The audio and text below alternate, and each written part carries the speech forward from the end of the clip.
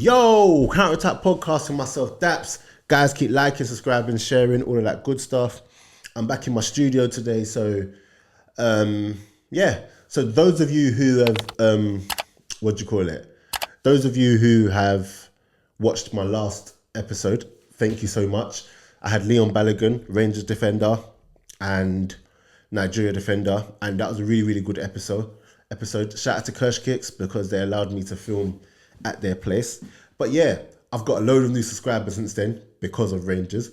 See, Rangers fans, yeah, they are tribal and they really do support the team because my Insta following's gone up, my Twitter following's gone up, the feedback's been great, the comments in the last video were great. If you haven't yet seen it, make sure you go back and watch it. And also, I'm doing a giveaway for 2 of Leon Balogun shirts. So if you head over to my Instagram and follow my page and whatnot, all the information's there. You'll see how to win one of them. The other one, I will give it away to a YouTube subscriber. So, you know, obviously, if you're watching this and you're subscribed, then great, you might get it.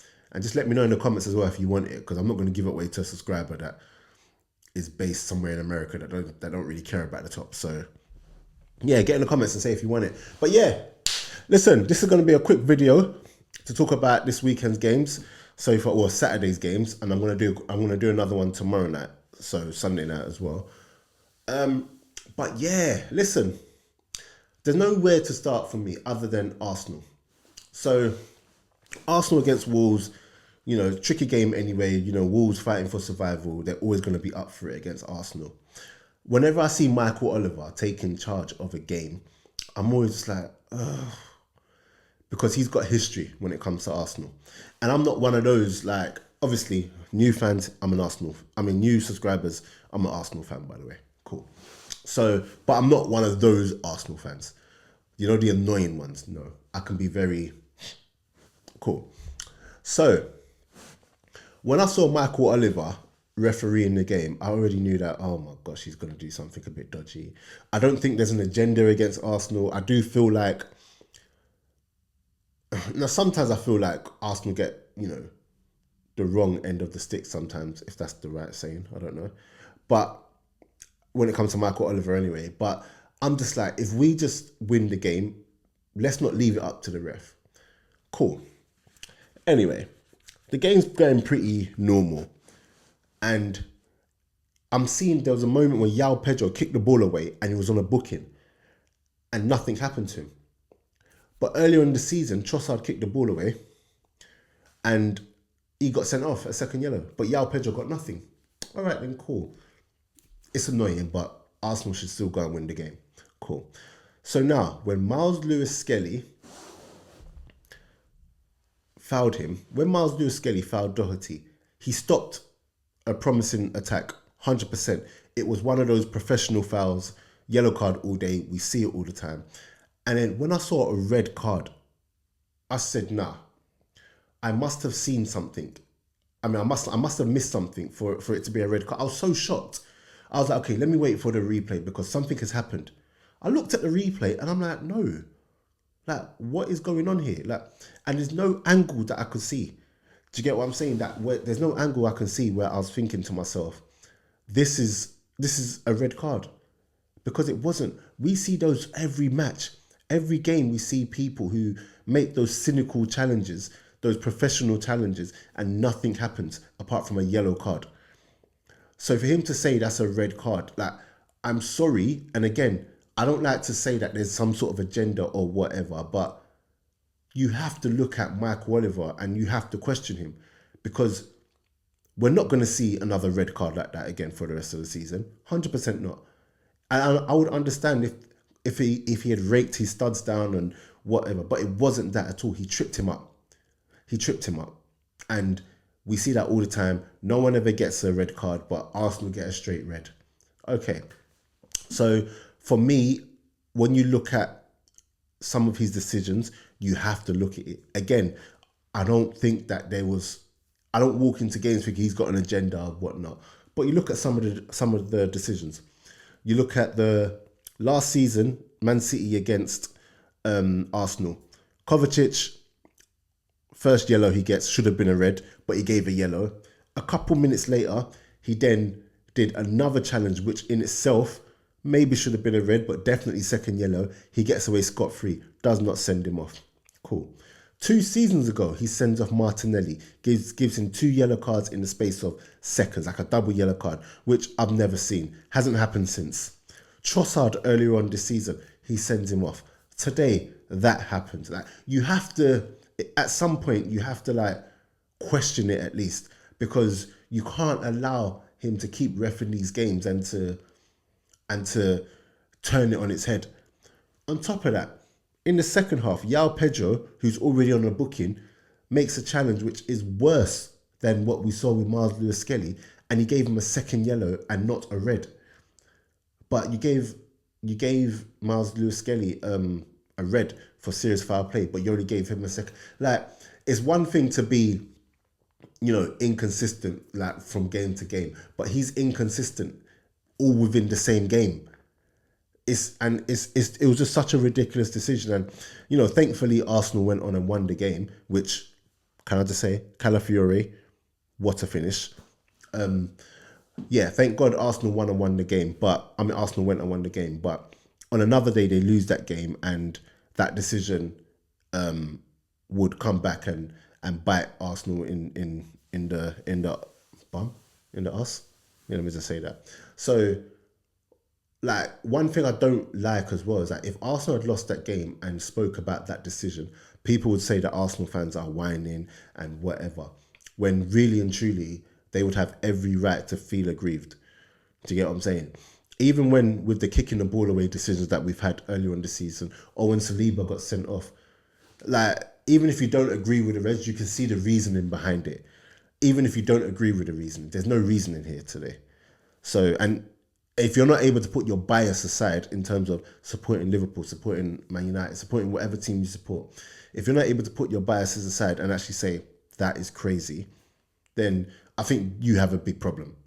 So it's one thing to be happy that the player got sent off because you support a rival team, but you could also say that I'm happy he got sent off, but that's never a red. But Arsenal go get the win. They keep the pressure on Liverpool. Liverpool who won 4-1, comfortable victory today.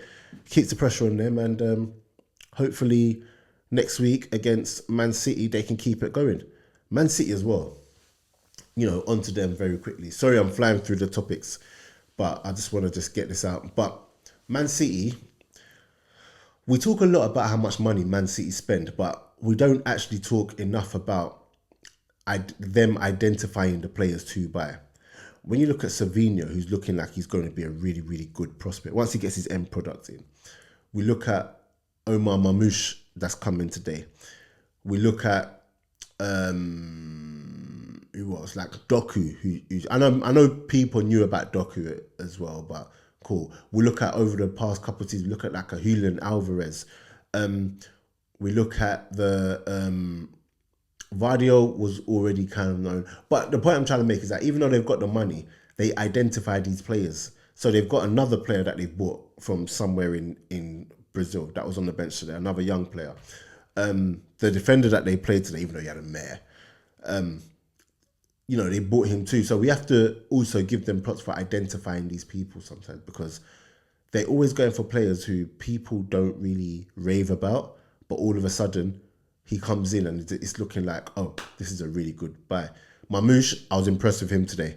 100% impressed with Mamouche today.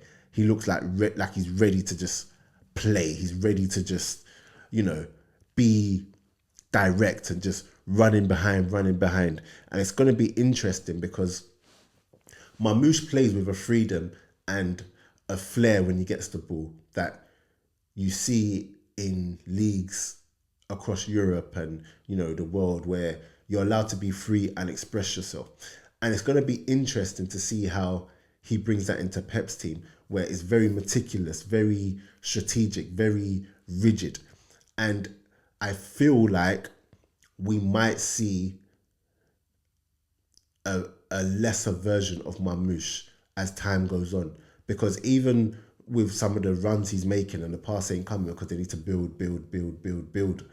So, and the ball wasn't coming. So it's just interesting. I feel like that's what's going to happen with him.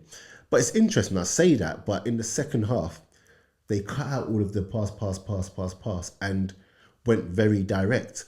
And they got joy from that. And I think it just goes to show that, you can have all the sexy football you want in the world, but sometimes route one and just turning a defender, I sound like Sean Dash or Sam Allardyce, but sometimes that's the best way. You don't always need 30 passes to do what you can do in 3 or in 1 sometimes, like as we saw with Edison, assisting Haaland.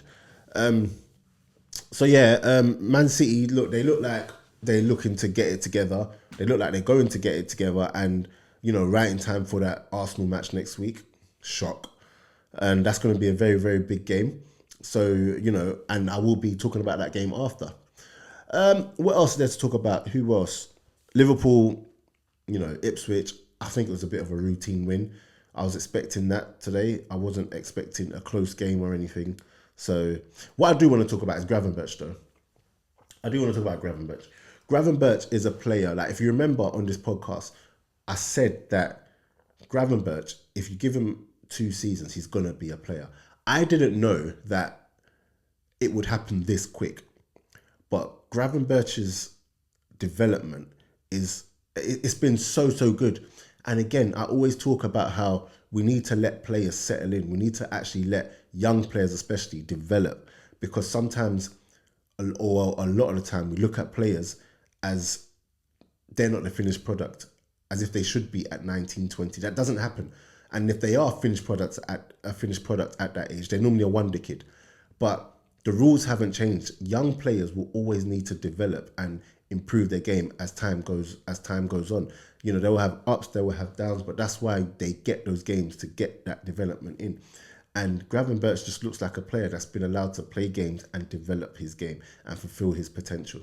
And he's moving so crazy right now. He's agile, he's got pace, he's got footwork.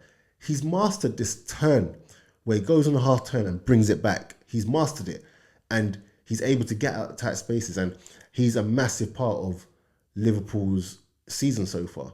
Do you get what I'm saying? He's become one of the best sixers in the league, if not, well, he's not the best, but on this form anyway, currently, especially with Rodri out, he probably is the best, defensive midfielder in the league right now. So, I just wanted to just big him up. I just wanted to just say that sometimes we just have to just let these players develop. Gakpo is another one. A lot of people turn their nose up at Gakpo in his first season. And again, and you can search my tweets, and I was saying that Gakpo, give him the time, he will develop and he will become good. And he's just another example, of a player that's been allowed to just play the games and develop and actually be coached well as well. So yeah, Liverpool look like they're just going to keep going. Ipswich were really bad today, but Liverpool keep going. Arsenal put the pressure on them. Chelsea need, I always say this, Chelsea need experienced players.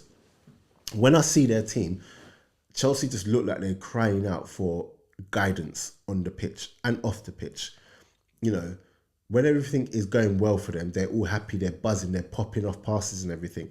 But when it's not going well, they need that player that can just bring the players in and just get back to a certain level and get back to standards and dictate the match and whatnot. They need that experience, because you got the young people just leading the young people. Do you know what I'm saying? And on top of that, Cole Palmer as well. And this ain't me having a dig at Cole Palmer, but when you call someone the face of the league, as people like to call Cole Palmer, these are the games that I expect you to show why you're the face of the league. But again, another big game goes and the game passes him by. And if he had scored a penalty today, then people would have been like, oh, see, Cole Palmer. If he had scored, any kind of goal but performed the way he did, people would be like, oh, Cole Palmer. But I don't buy that. He doesn't have any impact on, not any, but he's not impacting games as you should be if you're that guy. And I would just like to see him doing that more in the bigger games. It's all good doing it against I don't know, Southampton getting a hat trick or Wolves or whatever. But these are the games where it matters, and these are the games where the team needs you to be that guy that they say you are. Do you get what I'm saying? Madueke is another guy. I just, he has games where he looks like he's just unplayable. And then he has games where he's absolutely just looks like he's out of his depth. Do you know what I'm saying? And again, as a professional footballer, I don't like to like criticize them and say that they're rubbish because they're not. But with him, it's just so inconsistent. Like, and you can get players who are inconsistent, but they still look like good players. Sometimes he can look out of this world, and sometimes he can just look like, what are you doing here? So, yeah, Forest got moved to. Justin Kluivert, he's on form. Ouattara, he's on form. Semenyo, listen, I know Ouattara got a hat trick and big him up. Justin Kluivert doing his thing, cool. But Semenyo is one of the players of the season so far. Semenyo is a player where he looks like he's coming into his own now as well, and and a better club, no disrespect to Bournemouth, a better club will be looking at him and thinking, should we take a punt on him? And he's got enough about him where he's just going to get better and better. He's got all the attributes needed. He looks like he's coachable as well, which makes it better. And he knows how good he is. And he's a player that I honestly believe can go on and perform for a top team. And he's just, he's coming to his own this season, and it's good to see. He's just a danger player. He's good at finishing. He's always active. He's always impacting the game, which is what I was asking for in terms of Cole Palmer, where he's not impacting the game like he should be. So big him up, and yeah, I think that's it from me. They better overturn that red card for Miles Lewis Skelly, honestly. But yeah, I think that's it from me. I'm out.